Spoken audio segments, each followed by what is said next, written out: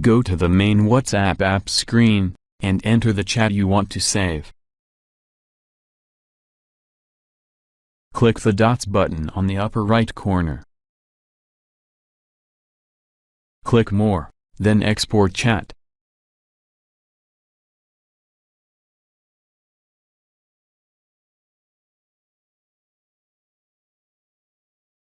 Select Gmail.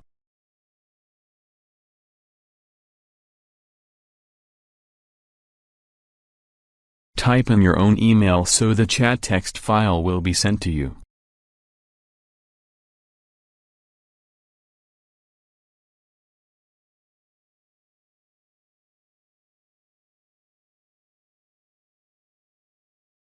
On your PC, log into your email account, and search for a WhatsApp chat mail. Open up the attached file to view your WhatsApp chat history. Click the top right button to download the text file to your computer.